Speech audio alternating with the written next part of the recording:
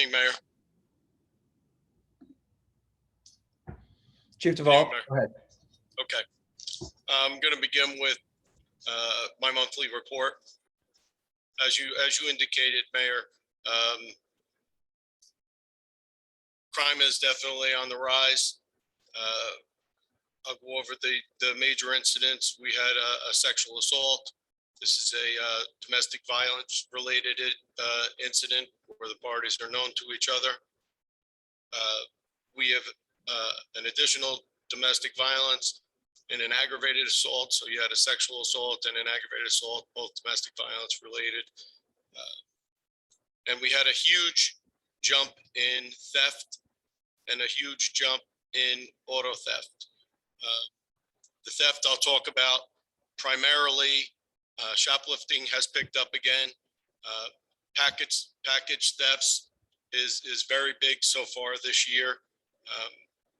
We do recommendations with regarding package thefts, and that is to have it directed towards people that or homes or wherever you like, where they're home to accept the package. So the situation that we're finding is after school.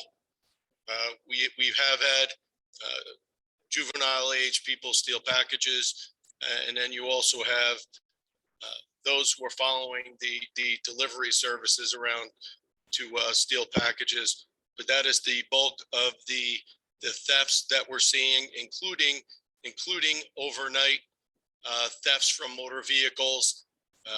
Generally speaking, when you have thefts from motor vehicles, it tends to be narrow in scope.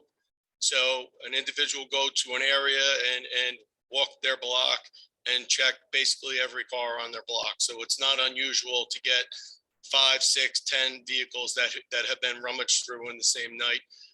We continue to tell our residents to lock your vehicles, remove the keys, as well as if you value it, don't leave it in your car. And then next best is auto theft. So for the month of February, we had 13 autos stolen. This is just for the month of February, and all 13 had the keys in them or were running at the time. And looking at my list, it is very widespread around town. The patterns are your 24-hour businesses, but you can't say that it's happened in any one area of town particularly. The people who are committing these auto thefts know what they're looking for, and they know that they know that they can quickly do what they want and get away. And they also know that we can't pursue them. So that is just one of the reasons why auto theft is trending so high right now. That's all I have for the UCR and for my report for the month.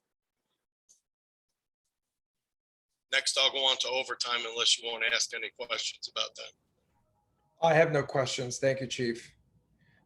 Yes, let's move over to the overtime report.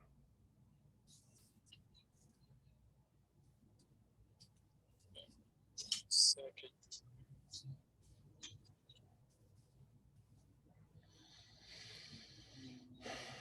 So as I've indicated in the overtime report, we're basically down in all categories. We're still below last year, all in, including salaries, wages, and overtime. We do have an uptick in watch commander overtime, basically mostly due to sick time. But we are still.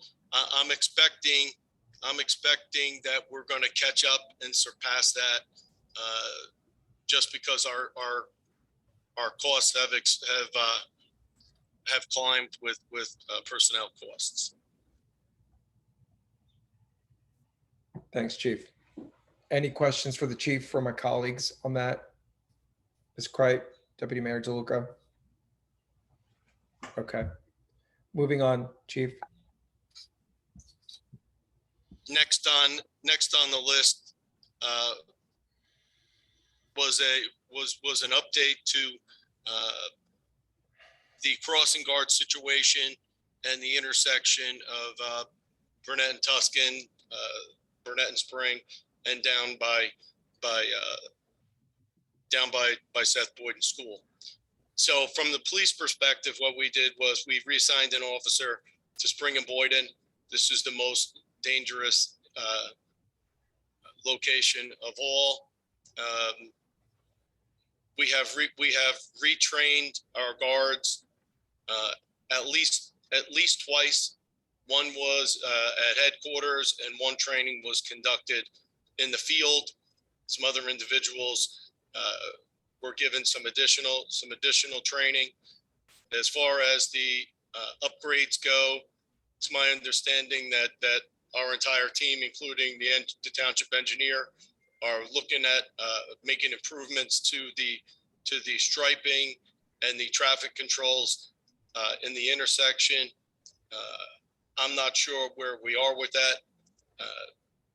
I think Mr. Kittner may be able to advise if we've had a study or what the progress is on putting a stop sign on Burnett Avenue at Tuscan, which I think will be very helpful. It's also my understanding that in front of the school we're going to make some changes, and at least something that we've done temporarily is block off parking spaces that cause view obstructions in the area, particularly on the corners right on Tuscan.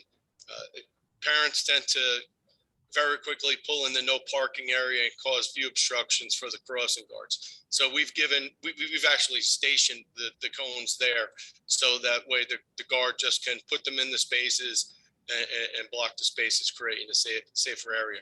So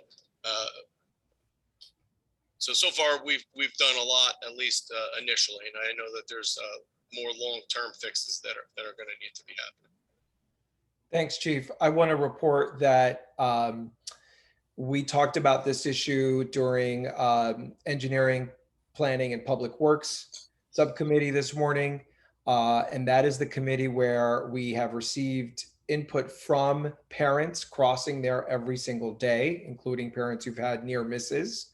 And that their input, along with what you just laid out, Chief Duvall, in terms of the law enforcement side of things, is being put together in a proposal that will be shared with the public in a public forum as we promised to do shortly. We were supposed to have that forum this week, but we realized that scheduling was a nightmare with so many people out of town for spring break. Many parents are not here. But our engineer has used our traffic consultant and prepared a proposal. And we will be sharing that with the public shortly. Deputy Mayor DeLuca, you were there. You're the chair of that committee. Did you want to outline any specifics or just generally go over some of the things that we're considering there? Sure. So Chief, as the mayor said, the design consultants are working up some designs for us and some ideas, but basically we still have to do a warrant analysis for the stop sign at Burnett. You know, before we can put one there has to be a study done, but that is still in the plans. We are moving the crosswalk on Boyden from the south side of the street to the north side of the street. And as you say, we're creating some bump outs there. We're creating one particular bump out on that south side so that we reduce the crossing distance. We're looking at widening the left turn lane at in front of Quick Check so that we can get cars up to that light sooner. And then there's a meeting with the school. It's going to happen next week to talk about an interesting idea of a flow using Henry Place and those gates there and tying Henry Place in that street to one of the lots on the school ground. We've also talked about widening that drop-off lane in front of Seth Boyden so that if a bus is parked there, another bus can go around, or if they're going to allow cars to go there so cars can go around. So these things are in the works. We're moving forward on it, and we're going to have this community meeting to spell out everything. Mayor, I'd like to add that we still have staffing issues for the crossing guards. We've hired a few and we've lost a few. Yeah, I'm aware of that. It's a problem everywhere. And Deputy Mayor DeLuca, as the chair of that committee, would you ensure that our engineer is in constant communication and looping in our chief law enforcement officer so that they could be collaborating on this as these proposals are coming together? Yep. Appreciate that. Thank you. The next item on the agenda is a parking ordinance, which we're going to table for now. Be no discussion about that this evening. It's not ready yet. The next item is mental health resources for departments, our first responders, our law enforcement who respond to traumatic events. We've had a couple traumatic events in town recently, including a well-publicized teen suicide that was very tragic. We want to ensure that there are mental health resources available, not just for the grieving families and all of the kids and students in our school district who are currently grieving. We know the school district is doing a phenomenal job of providing grief counseling round the clock right now for students at CHS. And we want to make sure that similar resources are available to our officers and first responders beyond the access that we already have to our interfaith clergy. Sometimes folks need a little bit more than speaking to a house of worship or representative from a house of worship rather. And sometimes speaking to someone like that in a circumstance like this could be a barrier, not helping at all with mental health, with grieving and healing. So Chief Duvall and Chief Alvarez, could you talk about what kinds of resources we have available? So I want to just begin with our chaplains, because the most important thing about our chaplains is because of the way the program operates, our officers, especially now that they're a couple of years in, are more comfortable around them and with them, right? So the thing about our chaplains, which is different than any type of referral, and I'll go into the referral in a minute, is the chaplains are there. Sometimes they're on scene at the time that these incidents are happening, and they're also at headquarters providing that immediate relief, right? So that's something that you can't put a price on, which is a family-friendly face. And when I say family, in the police family, they're there, and I can't. Especially in the incident you referred to, where the chaplains, not only assisted at the scene, went to the scene, but were available to our officers as to have a calming effect, right? And that's really what you're looking for. And then from there, we do referrals out. You have both the program that the township offers and the police, and I can't speak for the fire, they'll get to them. We have a free counseling service called Cop to Cop. It's funded by the state, and it's counselors in their capacities who specialize in dealing with law enforcement and law enforcement issues. And on top of that, you also have counseling available through our union. So sometimes the officers don't want to go to a counseling depending on the particular referral because they really want to be anonymous. And we give them several avenues to do that, as well as talking to our chaplains. It's not unusual for an officer to maintain a relationship with a chaplain, and it's completely private. Thank you, Chief. Appreciate that. So, Chief Alvarez? Yes. So speaking about that same exact incident, our guys dealt with the chaplain, but we also dealt with critical incident stress debriefing. And like Chief Duvall said, we do have, whether it's with the union or not, and then there is the Cop to Cop There's a traumatic loss debriefing team, suicide prevention debriefing. And these are all the teams that we have access to. And our members, just like Chief Duvall said, at the fire department, again, we've had a very long string of some bad events that have happened, like you said, Mr. Mayor. And we put our companies out of service immediately that day. The city of Newark came in and covered. I mean, we used the other towns, but Newark is a lot larger resource. The city of Newark came in and covered Maplewood while our members were at the critical incident stress. And to show how important this is for both police and fire, you hit the nail right on the head, Mr. Mayor. And again, it's not that it's a secret, but last month, the North Hudson Regional Fire Department in Hudson County and the city of Bayonne both had firefighters take their lives because of some issues. So it's very important that we do this, and we do have to look out. Like you said, we have a responsibility to the residents. They come first, but we also, if we can't take care of ourselves, then we can't take care of the public. It's like in an airplane.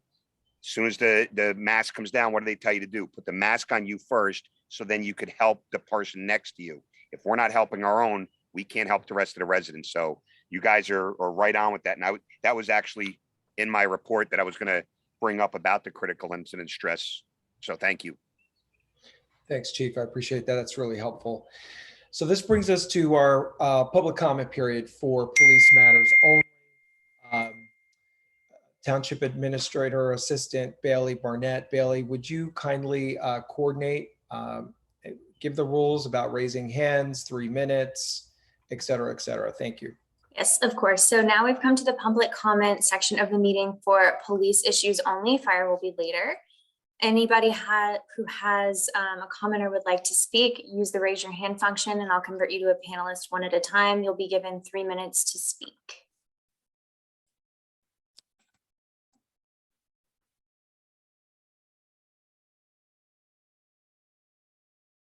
Any takers?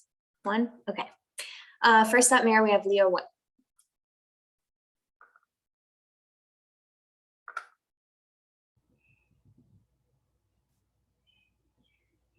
Welcome, Ms. White. Good evening. Good evening, everyone, and thank you for taking my public comment. I'm part of the U Street community, and as you know, last July, not even a year ago, we had a shooting incident that was very scary, and we noticed that a couple of weeks ago, now the weather is breaking, that the activity is resuming. And we did let our police know about it. We have seen, to your credit, more of a police presence.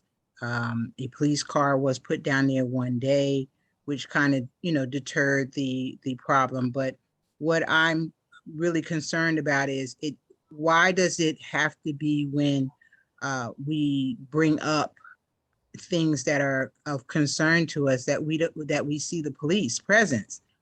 You would think that as peace officers, and you take an oath to keep peace in the neighborhood, that you would be in the neighborhood and we would see you, on a regular basis. So then that would constantly deter the riffraff and the crime on the street. And this is not new. We don't want another incident to happen where someone will get killed. So what do you plan on doing about that? Yeah, we're going to talk about that in a little bit. Ms. White, thank you for your comments. I want to give everyone from Hughes Street who's here, I know we have a big party with us. Several of your neighbors are with us. I want to give them the opportunity to speak up first, and then we could talk about it a little bit right after that, okay? Okay, I appreciate it. Thank you so much. Thank you. Thank you. Next up, Mayor, we have Jamie.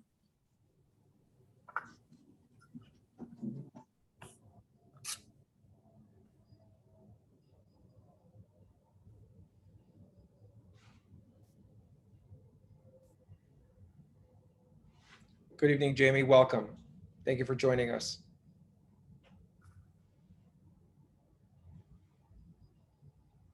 Jamie, I think you're muted.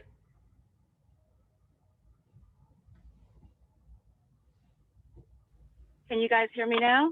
We certainly can. Hello? Yes, we can. Good evening. Okay. Okay.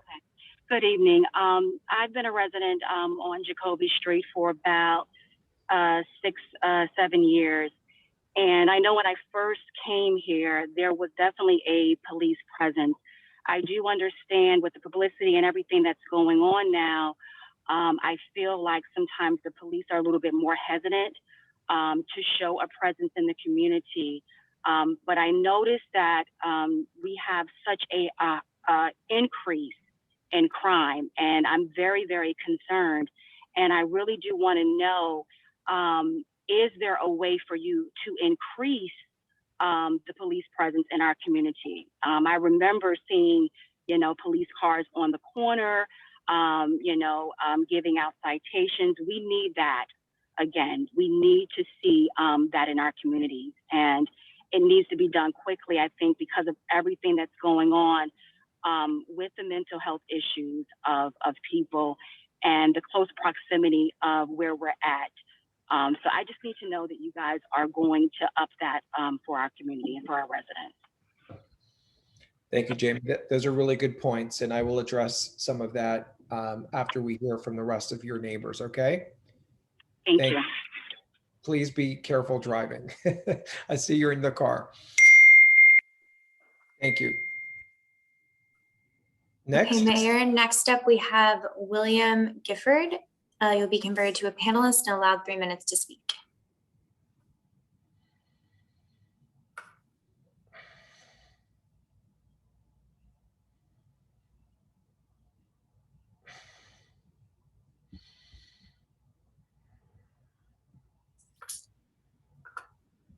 William, I think you might need to accept an invitation to leave and return as a panelist in order for you to be moved over. There you go. Welcome, Mr. Gifford. Good evening. Mr. Gifford, you are muted, sir.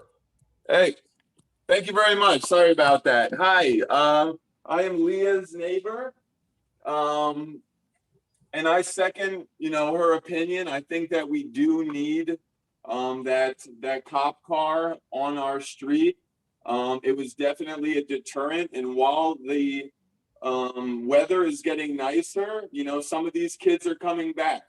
And it definitely worked as a deterrent. I understand there might be a limited amount of automobiles, but I know that, I see some broken down automobiles in D Hart Park. And, I think that you guys should at least leave one just while it, at least while it's getting warmer. We know that they're coming back. Some of the kids aren't the worst, but there are others that come and, we know that something could happen. So if that car does work as a deterrent, I would strongly, I would strongly consider putting it back there.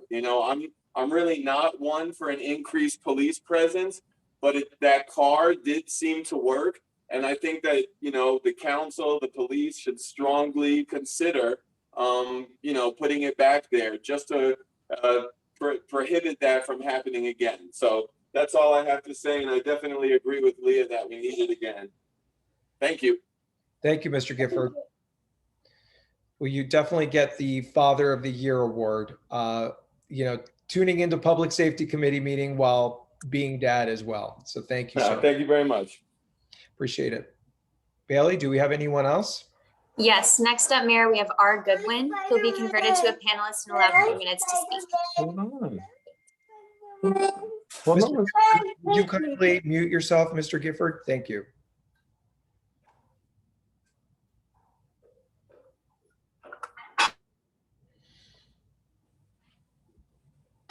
Hello. Good evening. Thank you for joining us. Thank you for having me. I have just one question concerning the action that was taken last year after the shootout occurred. It's just really one individual that has caused all this problem. And we were told that because it put us in a deadly situation, that would allow eviction. And I don't know what happened because we all were under the impression that he was gone, but he's still there. This is the ringleader. So what's going on with that? Thank you, Ms. Goodwin. I will address that after everyone has had the opportunity to speak. Thank you, Mayor. You got it, Rosalind. Good to see you. Thanks for making the time. Yeah. Bailey, you have anyone else?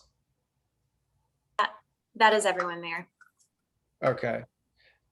So by way of an update, and I think it's probably a good idea to meet with Hughes on site to talk more intimately.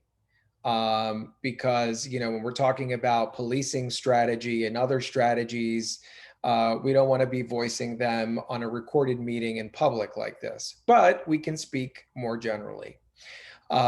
I can say that Deputy Mayor DeLuca and I and our code enforcement personnel are working to do what we can do as a township to ensure that the opportunity that was created before by this particular resident is not created again in terms of code enforcement, and working with the property manager of that building.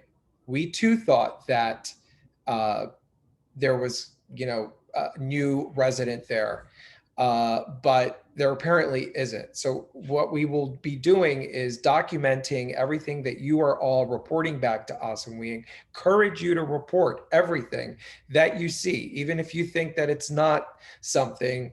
And if your past experience has been that you were discounted by a dispatcher, please call in on the non-emergency number if it's not an emergency, and report with specificity and clarity what you are observing. I'm observing the following. It's this time.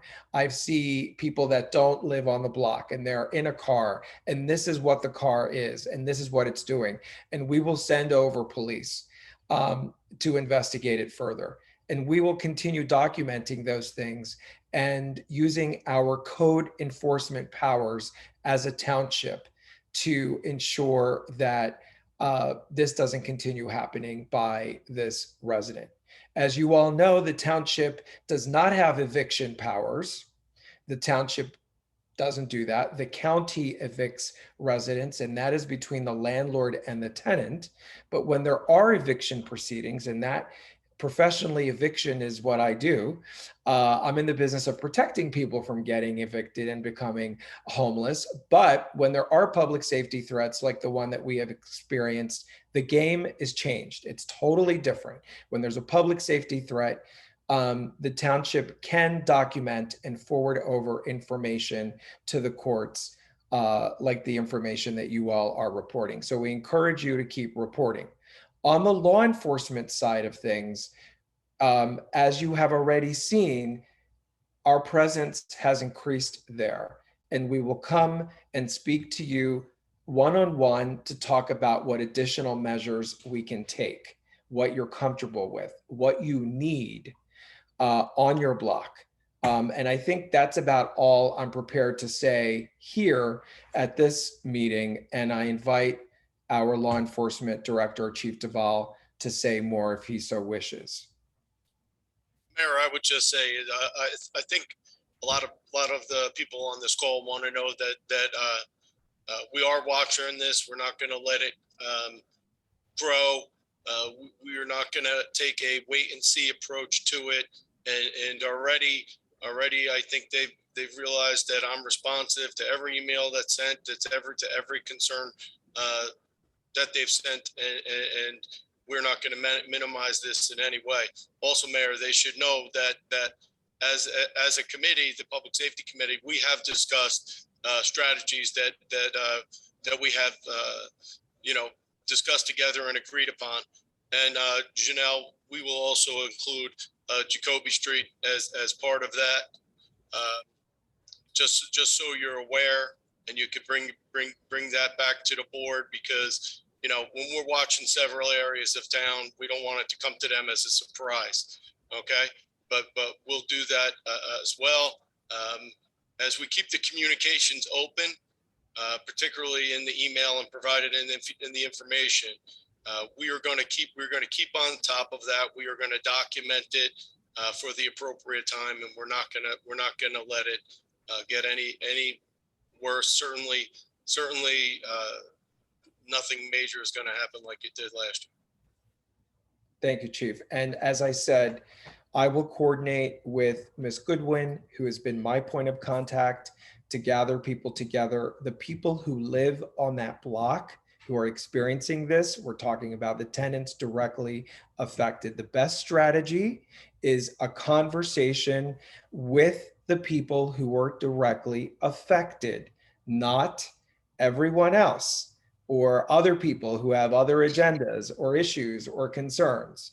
We will meet with you in person to talk more intimately and more specifically about some of our strategies to ensure that something as horrific as happened last year does not happen again. And I completely understand, we all understand that as the weather is getting warmer and you're seeing people come into the neighborhood whom you don't recognize, that you are triggered by what happened last year, which was really, really horrific. So we're going to work on it together with action.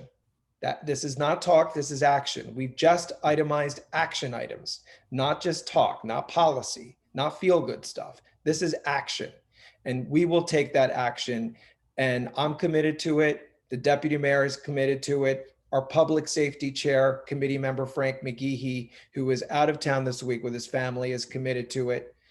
And certainly our law enforcement and code enforcement employees and professionals are committed to it. So thank you. With that, do we have any more members of the public who want to speak about policing matters? We did have one more, Mayor. Kimball Knight has been converted to a panelist. They'll be given 3 minutes to speak. Certainly.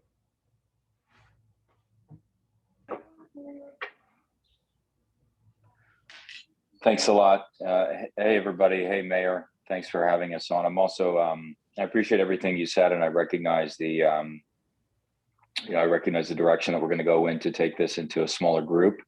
I'm a resident on Hughes Street. We've been here now for 4.5 years. We've got 2 young kids under the age of 4. I do appreciate the increased police presence and their responsiveness, even as of recently. You know, I do, in addition to what's happening a little further down the street, I'm at 30 Hughes. There's also some activity that happens quite frequently right in front of me.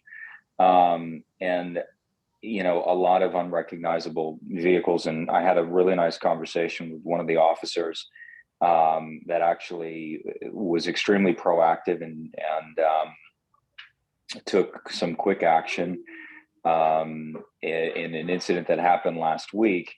But the I guess the thing that kind of came out, the main topic that came out from that conversation was that it doesn't seem like there's a lot that can necessarily be done immediately without very specific and concrete action. And I think the question that I have for us as a block, and as we digress into a smaller group, is what do you need concretely from us in order to stop this and really begin correcting the activity so that we have a safe neighborhood again on this block? How can we best support you? What evidence, what documentation, what do you need concretely from us in order to really correct things? Because it's what I provided, and you know, wasn't enough. And I think if I can have synthetic things that I can deliver, it will help me better prepare in order to make sure that we're best supporting the things that need to be done in order to clean this up. Thank you. Mr. Knight, thank you. I think you just asked the $1 million question that I think others probably wanted to ask as well. Chief Duvall, did you want to respond to that?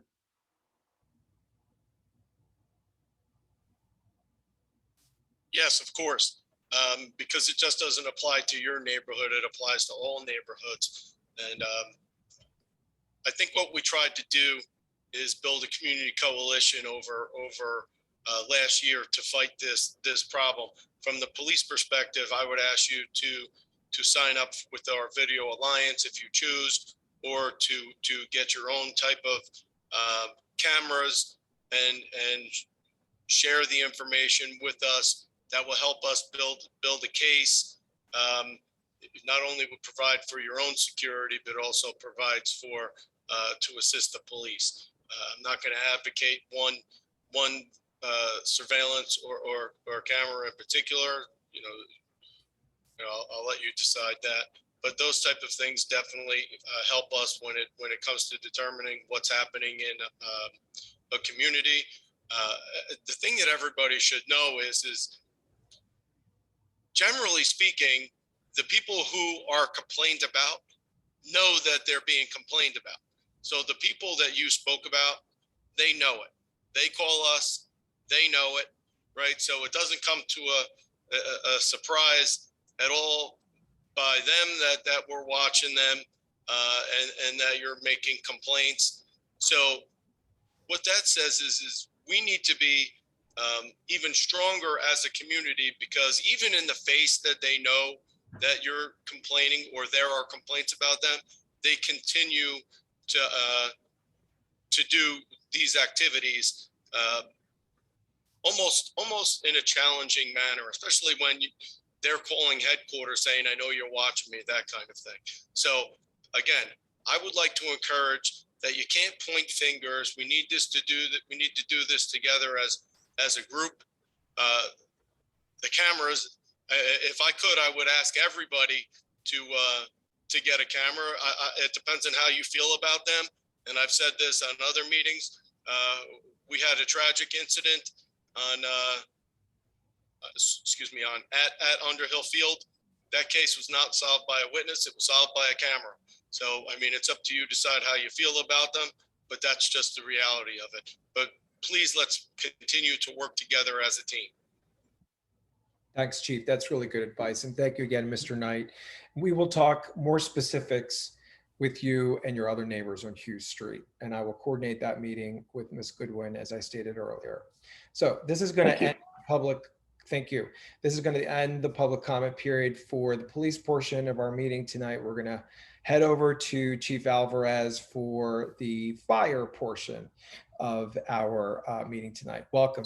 Excuse me, Chief. One thing, Mayor, I see on the agenda a closed session. Is that for me? And if so, then I'll just stay on. That is for you. We have some personnel issues to discuss. So thanks, Chief, if you wouldn't mind. Okay, of course. Good evening, everybody. Hope everybody is well. Okay, so for the fire report, for the month, for last month, we did 320 runs for the month, 135 medical / first responder calls. We did 2 automatic aids with South Orange, and we also received an automatic aid twice from South Orange. We actually had 13 building fires between Maplewood, South Orange, Orange, and Irvington. It was a busy month last month with structural fires. The training for last month, we sent companies to Newark, down to their USAR training academy on Orange Street for free. We were able to rotate companies down there and train with Newark, Elizabeth, and University Hospital. We do have our EMT research coming up now that everybody's being, pushed into. We also just spent this past week down in Middlesex County doing live burn training with our companies, rotating them down there. I also sent, there was a firefighter that requested to go to Teeks in Texas for some technical rescue training, trench collapse, building collapse, and things of that nature. I don't know. I think he wants to follow in my footsteps because he's like, I want to get this training in. So I'm like, okay, So he went and he's come back already, unharmed, which is a good thing, because it's a very crazy class when you're taking it. We have swift water training coming up in September. That is all set and ready to go. They're just very busy because obviously last year with the, with the storm that came through, everybody now is trying to get this training, which is the operation and technician level. What I would like to recommend for the future, though, is maybe if we could look at OEM helping out with maybe getting some extra equipment. The fire department, like, we're putting in for equipment, we're buying some equipment, but and not to speak for Chief Duvall or even the DPW superintendent, but my opinion, it's kind of a strong opinion because I deal with swift water or water emergencies over the last decade, dealing with it with the USAR team. I do feel that it's important maybe to have some PFD, personal flotation devices, with a rope bag in the patrol cars, and maybe also within the DPW, because they're working with us. I can do the swift water awareness training for them at no cost. It's because I'm at work and I'll just, I could rotate, and whenever the shifts change at the PD, I could come over there and do it. I can go to the DPW and do their training. So those members are aware of how, the water, I mean, it's last year it was very dangerous, and Mr. Mayor, you saw that firsthand, and so did, half of the other council people. But I just think that it's something that we need to look at, and maybe if OEM, if we could find some money in there and we could distribute that equipment out to the rest of the departments, that would, I think, would be a great help, because like I said before, if we can't help ourselves, we cannot help this, our residents that are in our community. So that is it with the training and with the alarms. The overtime, obviously you can see that there's no December in that chart. It starts in January. December was very large overtime. You see January was still up there. And if you look, February, it dropped. And now in March, it's dropped even more. We're working on that. I promised you that we were going to try to, reschedule and figure things out. We're trying to make it work. And, you can see that it is working. We went from a high number and we're almost comparable to March last year. If you look at that chart, it's still up a little bit, but it's a lot better than it was in December and January, and it's even better than February. So we're getting there. We still have obviously some other things to work on, but and you did, Mr. Mayor, you did, when you brought up about the critical incident stress, I had that as one of my notes that I wanted to bring up. And again, just let everybody know that I know everybody says that police, fire, EMS, Superman, Superwoman, but we're human also. And you're right on the point by saying we need that help. Other than that, I really don't have anything else to add unless I forgot something that maybe you guys might want to tell me if I forgot, but I'm pretty much good with that. Thank you, Chief. I don't have any questions. I open the floor to questions from my colleague, Committee Member Kripe, or anyone else who might have a question here before we open. No, I'm in good shape, and I appreciate all the efforts that you've put in, because it did seem like last month everything was on fire. So thanks, Yes. Chief Alvarez. Unfortunately, yes, it was on fire last month. It was a busy month. Yeah. Okay, great. Thank you, Chief. So please hang with us because we have public comment period number 2 for fire matters only. Are there members of the public who are interested in addressing Chief Alvarez? Township Administrator Assistant Bailey Barnett, anyone? I see no hands, Mayor. Thank you, Bailey. Okay, with that, I'm going to move that we adjourn. Do I have a second? Excuse me, not adjourn, but rather go into closed session. Do I have a second? Ms. Before Kripe? you go, Second. do I need to leave? Yes. Thank you. Thank you, guys. I'll see you tomorrow. Thank you. Take care, Chief Bye-bye. Alvarez. Bye. And thank you, Committee Member Kripe. And thank you, Janelle. We appreciate you being with us. Of course. Good night. Good night. So let's just wait until we,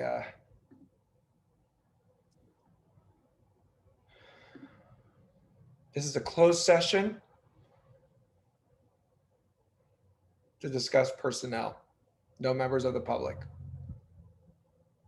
Are you going to record it, Mayor?